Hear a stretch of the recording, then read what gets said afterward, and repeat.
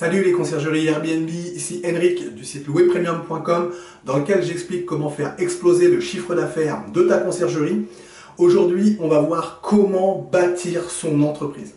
C'est parti.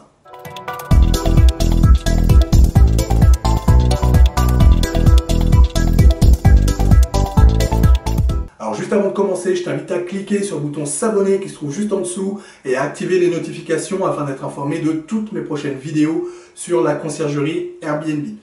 Également, je t'invite dès maintenant à me laisser un pouce bleu afin de me motiver à te laisser toujours plus de vidéos, toujours plus de conseils sur la conciergerie Airbnb. Alors, comment bâtir son entreprise? C'est un point important parce que à partir du moment où tu décides de te lancer dans la conciergerie Airbnb, mais c'est vrai aussi sur tous les business, mais c'est vrai qu'aujourd'hui on va faire le focus sur la conciergerie Airbnb, à partir du moment où tu décides de te lancer dans ce business-là, il faut impérativement, que tu aies conscience que tu vas bâtir quelque chose. Alors j'emploie ce mot-là très volontairement parce que bâtir quelque chose, ça se rapproche des métiers de la construction. Tu sais très bien qu'aujourd'hui, quand tu vas construire une maison, par exemple, ou un immeuble, eh bien, il y a un certain nombre d'étapes à suivre et il y a des phases où on va, où on va créer des fondations, où on va consolider le sol, où on va s'assurer que les bases soient bien solides pour pouvoir ensuite monter la maison dessus, monter l'immeuble par-dessus. Et c'est seulement une fois que tu as construit ces bases que tu vas pouvoir construire tout le reste et finalement soit exploiter la maison que tu as construite, soit y vivre, soit le revendre, enfin bref, c'est à partir de là où tu vas pouvoir finalement avoir tous les bénéfices de ta construction. Eh bien, monter une entreprise, c'est vraiment la même chose. Ce que je veux dire par là, de manière concrète quand tu vas monter ta conciergerie, c'est qu'il faut impérativement que tu aies une vision long terme. Parce que tu vois bien que celui qui va construire la maison, il va d'abord construire les fondations, par exemple.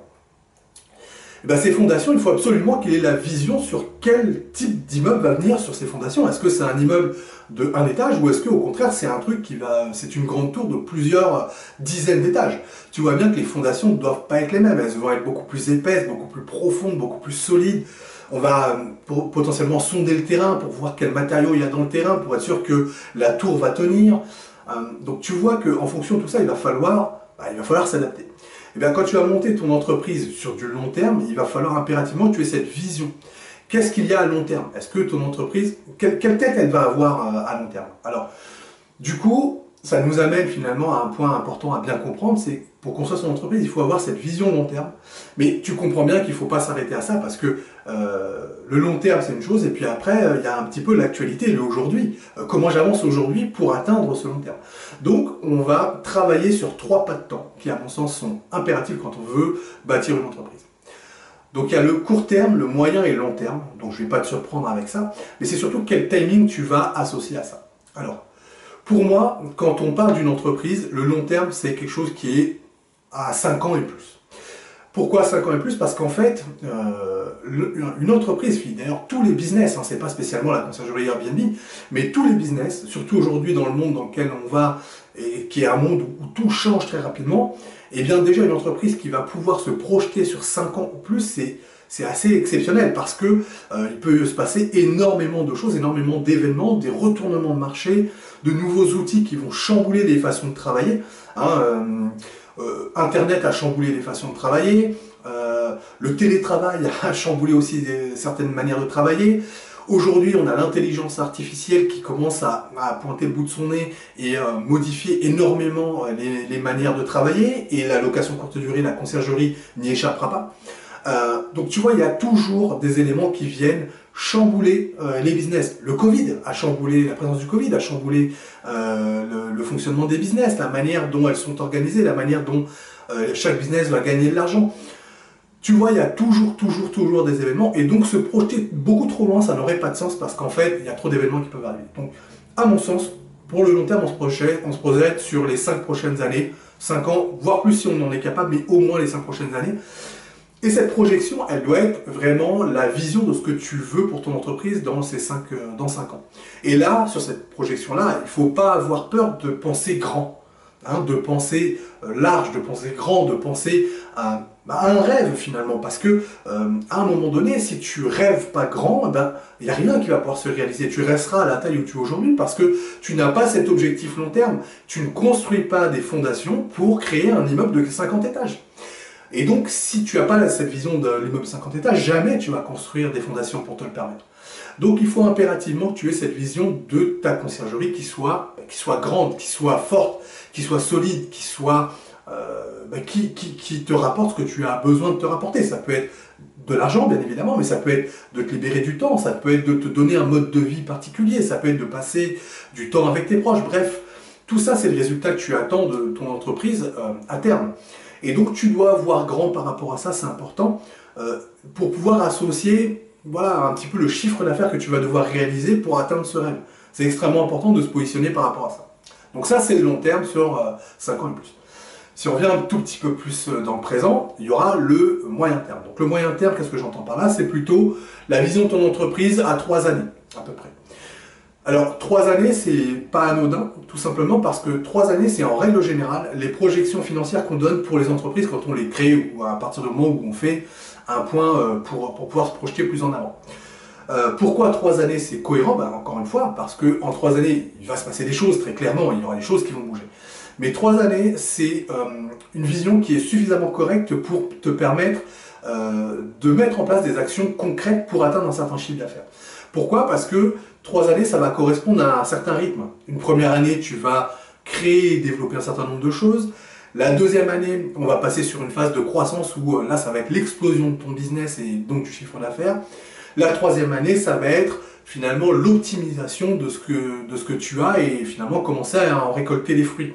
Donc on voit bien que ce pas de temps de 3 années, c'est un pas de temps qui est extrêmement intéressant pour se projeter, pour pouvoir, quand je dis se projeter de manière concrète, avec du chiffre d'affaires, un nombre de biens, un périmètre géographique, là tu dois être en capacité de préciser finalement quelle tête aura ton entreprise dans 3 ans. Et là c'est important de pouvoir justement donner toutes ces précisions. Maintenant si on vient un petit peu plus complètement dans le présent, eh bien on a le court terme. Le court terme c'est vraiment l'activité de ton entreprise sur les 12 prochains mois. Donc là, c'est finalement ta prévision sur ces 12 prochains mois. Alors tout ça doit être bien cohérent, tu l'as bien compris, entre ton projet à 5 ans, ton projet à 3 ans, eh bien les actions que tu vas mener pour les 12 prochains mois doivent être en cohérence avec ça. Si tu dis que dans 3 ans, tu dois avoir, je dis n'importe quoi, 50 biens, eh bien tu vas devoir faire à peu près une quinzaine de biens par an, entre 15 et 20 biens par an pour pouvoir être à cet objectif-là. Donc ta première année, tes 12 prochains mois, tu dois te mettre cet objectif d'être à une quinzaine de biens. Et donc tu vas dérouler, en tout cas préparer ton plan d'action pour atteindre ce niveau-là, atteindre le niveau de chiffre d'affaires, le nombre de biens, comment tu vas pouvoir capter tes clients, quelle publicité tu vas mettre en place, quel site internet tu vas devoir créer. Voilà, tout ça, il va falloir que tu le prévois dans ces 12 années, dans ces 12 mois, pardon, pas ces 12 années, ça serait beaucoup, dans ces 12 prochains mois, quelles actions tu vas devoir mettre en place concrètement pour justement atteindre ton objectif. Et là, tu devras être très précis sur les actions, ça va être comment tu vas chercher des clients, comment tu les maintiens, quelle activité, quel service tu vas proposer. Est-ce que c'est une conciergerie uniquement à la commission? Est-ce que tu vas proposer des services complémentaires? Est-ce que tu vas faire une partie à la carte? Peu importe, mais en tout cas, tu dois vraiment définir ton activité. Après, sur quel périmètre géographique? Est-ce que c'est dans ta ville uniquement?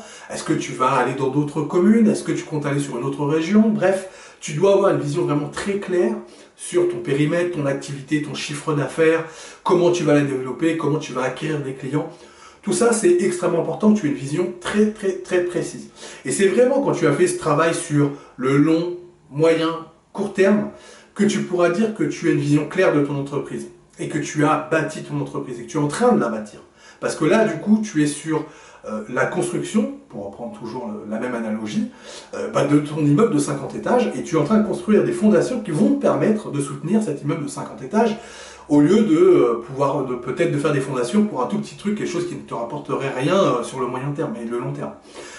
Donc vraiment, cette démarche de projection long terme, moyen terme et court terme, finalement le court terme ce n'est que la déclinaison de ce que tu prévois à long terme et à moyen terme. Donc il faut vraiment que tu le raisonnes comme ça pour bâtir une entreprise solide qui sera pérenne et qui va durer dans le temps.